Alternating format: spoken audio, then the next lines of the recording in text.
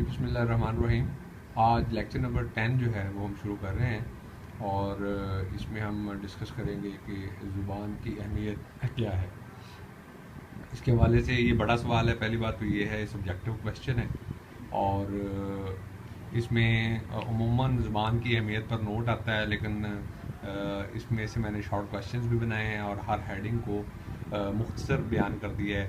آپ چاہیں تو ان ہیڈنگز کو ایز اٹ از لکھ دیں تو وہ آپ کا سبجیکٹو جو ہے نا وہ سوال تیار ہو جائے گا. اگر اس میں سے کوئی شارٹ کویشچن آ جائے تو وہ بھی اس حساب سے میں نے بنا دیا ہے تاکہ وہ شارٹ کویشچن کے طور پر بھی آپ اسے لکھ سکیں. لیکن عموماً یہ ایک سبجیکٹو کویشچن کے طور پر آتا ہے کہ زبان کی اہمیت پر تفصیلی نوٹ لکھیں. یہ 10 سے زیادہ ہیڈنگز ہیں. اگر آپ کم از کم 10 ہیڈنگز لکھیں گے تو امید ہے کہ آپ اور اس میں کانسیپٹ آپ کلیئر کریں گے تو امید ہے کہ آپ 7 سے 8 یا 8 سے 9 نمبر لے سکتے ہیں. اور اگر آپ ساری ہیڈنگز لکھیں گے تو آپ 10 بڑا 10 بھی لے سکتے ہیں. تو اس میں سب سے پہلے جو بات ہے کہ زبان کا جو سب سے اہم استعمال ہے جس سے اس کی اہمیت اور بنیادی نوعیت کی ہوتی ہے وہ یہ ہے کہ زبان مدعا بیان جو ہے نا وہ کرتی ہے. زبان کی اہمیت اور اس کی ضرورت اور اس کی ماہیت کے اعتبار سے جو سب سے اہم اور جو ضروری استعمال زبان کا ہے وہ یہی ہے کہ دوسرے تک اپنا پیغام پہنچانا. آپ اپنے ضرورت کے لیے دوسرے تک کوئی پیغام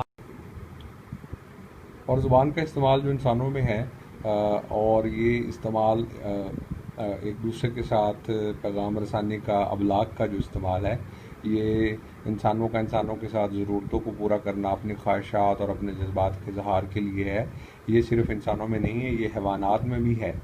یہ عمل ابلاغ کا، اپنے پیغام کو دوسرے تک پہنچانے کا، اپنی ضرورت، خواہش اور احساس کو دوسرے تک پہنچانے کا عمل حیوانات میں بھی ہے. اس کے بعد جو دوسری امپورٹنٹ ہیڈنگ ہے کہ وہ تفہیم کا عمل یعنی انڈرسٹینڈنگ کا سارا عمل زبان کے ذریعے ہوتا ہے. انڈرسٹینڈنگ یا تفہیم سے مراد یہ ہے کہ جو تصور میرے ذہن میں موجود ہے وہ قابل ادراک اور قابل اظہار بھی ہو، یعنی وہ ایکسپیرینس بھی کیا جا سکے اور اس کو پھر لکھا یا تحریر میں بھی لایا جا سکے. تحریر میں لانے کا عمل ذہن میں موجود تصور اور پھر اس تصور کا قابل ادراک ہونا، اس کا ایکسپیرینس میں آنا اور پھر اس کا قابل اظہار ہونا. یہ جو تینوں پروسیسز ہیں یہ زبان ہی کے ذریعے ممکن ہے. سوچنے کا عمل بھی زبان کے ذریعے ہی ممکن ہے، پھر اس سوچ کو خارجی دنیا میں ایکسپیرینس کرنا اور اس ایکسپیرینس کو بیان کرنا، اسے اظہار کی شکل دینا، یہ بھی جو ہے یہ کسی نہ کسی زبان کے ذریعے، الفاظ کے ذریعے ممکن ہوگا. تفہیم کا سارا عمل بھی زبان کے ذریعے ہی ہوتا ہے. اب ہیڈنگ نمبر 3 ہے کہ علم کی منتقلی ایک نسل، قوم اور زمانے سے دوسری نسل، قوم یا زمانے کو زبان کے عمل کے ذریعے ہی ممکن ہے. علم جتنا بھی ٹرانسفر ہوتا ہے وہ زبان کے ذریعے، الفاظ کے ذریعے ہی ٹرانسفر ہوتا ہے. اس سے آگے اگلی لائن بڑی امپورٹنٹ ہے کہ کسی بھی تہذیب و تمدن کی ترقی اور ارتقاء کا سارا انحصار اس تہذیب کی زبان پر ہوتا ہے. یہ زبان ہی ہے جو نہ صرف تہذیب کو زندہ رکھتی ہے بلکہ اس کے ساتھ ساتھ تہذیب کو اگلی نسل تک بھی منتقل کرتی ہے. تہذیب و تمدن کو صدیوں تک محفوظ کرنے کا واحد ذریعہ زبان ہے. یہ الفاظ ہیں جو کہ ایک خاص نقطہ ہے نظر، ایک خاص ورلڈ ویو کو جو کہ لوگوں کی زندگی کا طرز عمل بن جاتا ہے اس کو محفوظ رکھتے ہیں اور اسے اگلی نسلوں تک منتقل کرتے ہیں. اس کے بعد جو اگلی ہیڈنگ ہے وہ ثقافت کے حوالے سے ہے کہ کسی قوم کے طرز زندگی، اس کے رہن سہن، اس کے لباس، اس کے علم، آبادی، ان سب کا تانا بانا، یعنی جو انسانوں کا خاص گروہ ہے، جو اس کا وے آف لائف ہے، اس کا سارا تانا بانا زبان سے ہی ممکن ہے یا زبان ہی اس کا سارا تانا بانا بناتی ہے. اب ہیڈنگ نمبر 6 ہے کہ ڈپریشن سے چھٹکارا یعنی شدید احساس اور ہیجان میں رونا، ہنسنا، چیخنا، چلانا، غصے میں زور زور سے بولنا زبان سے ممکن ہے اور دل کا غبار بول کر ہی نکلتا ہے.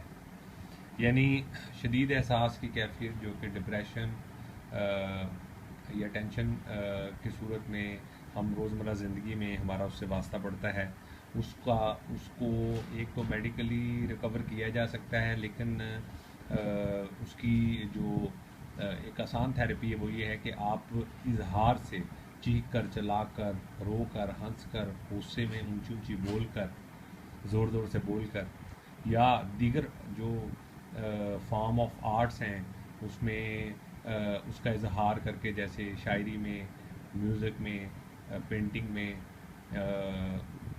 جیسے شارٹ سٹوریز لکھ کے، جیسے ناولز لکھ کے. ہیڈنگ نمبر 7 زبان کا معاشی استعمال ہے.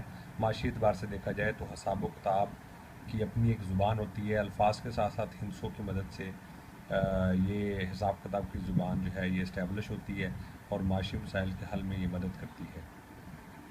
ہیڈنگ نمبر 8 جو ہے وہ یہ ہے کہ تعلیم و تربیت کا سارا انحصار زبان پر ہے. دنیا کا کوئی بھی علم ہو زبان کے بغیر ممکن نہیں ہے. الفاظ، اشارے، علامتیں، غرض یہ کہ ہر وہ شے جو زبان کا کام کرتی ہے تعلیم و تربیت میں مددگار ثابت ہوتی ہے. تو ابتدائی تعلیم سے لے کے اعلیٰ تعلیم تک زبان ہی ایک ایسا آلہ اور وسیلہ ہے کہ جو تعلیم حاصل کرنے اور علم سیکھنے میں مددگار ثابت ہوتا ہے.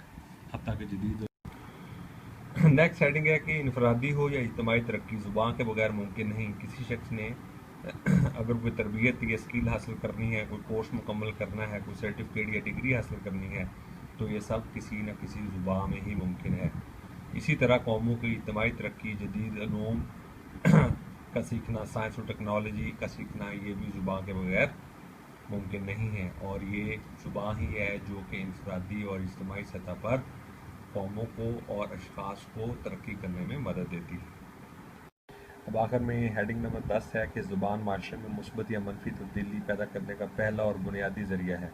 معاشرتی تبدیلی سے مراد ہے کہ معاشرے کو جدید تقاضوں کے مطابق ڈھالا جائے، نئے علوم فنون سیکھے جائیں اور اس کے لیے تاریخ، روایات اور وراثت سے مدد لی جاتی ہے جو زبان ہی سے ممکن ہوتی ہے. معاشرتی تبدیلی کے لیے جو بنیاد ہے وہ تعلیم ہے، اور ہم پہلے ڈسکس کر چکے ہیں کہ تعلیم کا سارا عمل جو ہے ابتدائی سے اعلیٰ تک کسی نہ کسی زبان سے ہی ممکن ہے. الحاصل زبان ہی وہ وسیلہ ہے جس کی مدد سے معاشرے پروان چڑھتے ہیں اور ان میں تبدیلی واقع ہوتی ہے. آخری ہیڈنگ ہے وہ یہ ہے کہ اطلاعات کی فراہمی جو ہے چاہے وہ زبانی ہو یا تحریری ہو زبان ہی سے آگے پہنچائی جاتی ہے. ریڈیو، ٹی وی، فون، اخبارات، میگزین اور دیگر ذرائع ابلاغ، انٹرنیٹ یہ ہر وقت اطلاعات پہنچا رہے ہیں اور ان سب میں زبان ہی استعمال ہوتی ہے. الحاصل اطلاعات پہنچانے کے لیے زبان ہی اعلیٰ کار کے طور پر استعمال ہوتی ہے.